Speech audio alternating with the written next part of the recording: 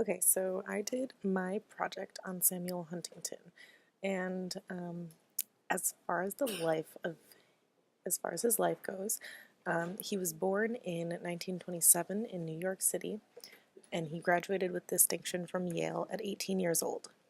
He then served in the U.S. Army, earned his master's degree at the University of Chicago, then later his PhD at Harvard University, and started teaching there at 23. He began teaching at Columbia after he was denied a tenure at Harvard because he was probably a little bitter, and he wrote several books. And he was also a consultant to the U.S. Department of State.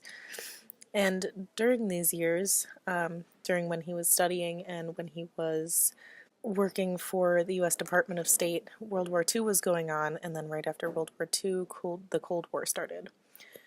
And it was right at the end of the Cold War where he first coined his term, the clash of civilizations. And ultimately, this is seen as a billiard ball structure where each civilization is opposing an opposite. And this is kind of a problematic view of world cultures, because if you see world cultures as the primary axis of conflict, then you're kind of negating any differences that might exist within different civilizations. It's also kind of problematic because when you pit different cultures against each other, then you kind of come across this idea that one might be better than the other. So relativism goes out the window.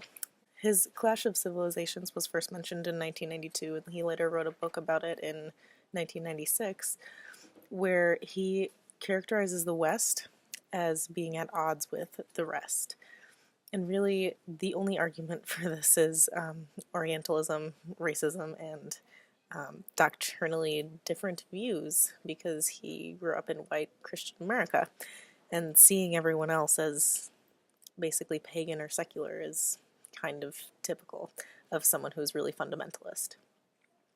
And so, just to kind of characterize the Cold War, it was basically this idea and super strong tensions between Christianity and democracy, and then against paganism, secularism, communism.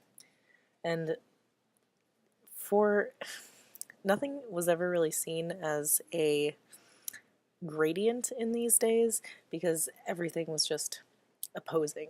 People didn't really get exposed to much culture, and this was when people, like, technology was just starting, and so people were just getting exposed to world culture, and it was really overwhelming for a lot of people. And because of this, finding out so much about different cultures and not really understanding that there's a gradient and that culture is relative, there's no right or wrong, there was a lot of paranoia and tension and hysteria going on during the Cold War. And as far as relating this to like present day, Trump's America is essentially a new Cold War, but he's just helping to manifest it. Samuel Huntington coined two different terms. One was called the fault line, and that is a term for conflict within a nation.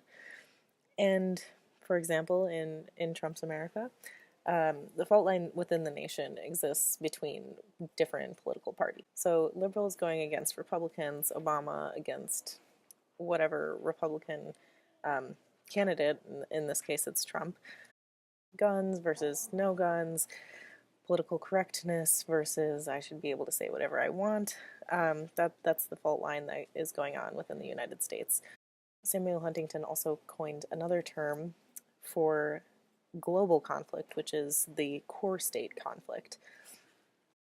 So the main core state conflicts that are perceived by American citizens nowadays are externally sourced. People are afraid of Muslims infiltrating the country and committing acts of terrorism.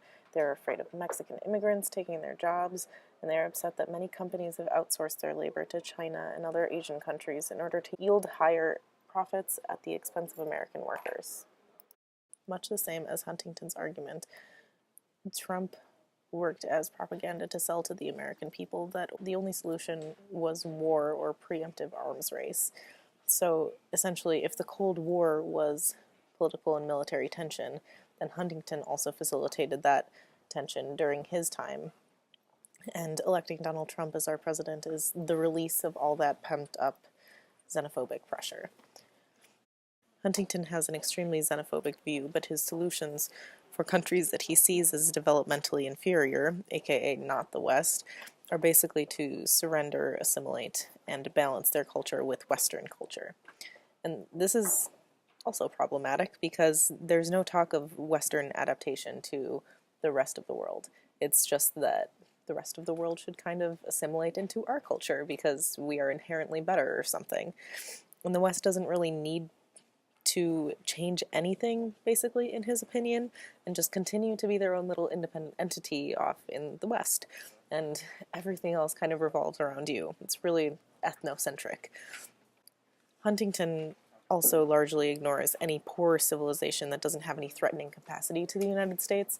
So whenever he sees a country as contra the United States or Western culture, it's normally one that has the military capacity to actually oppose them.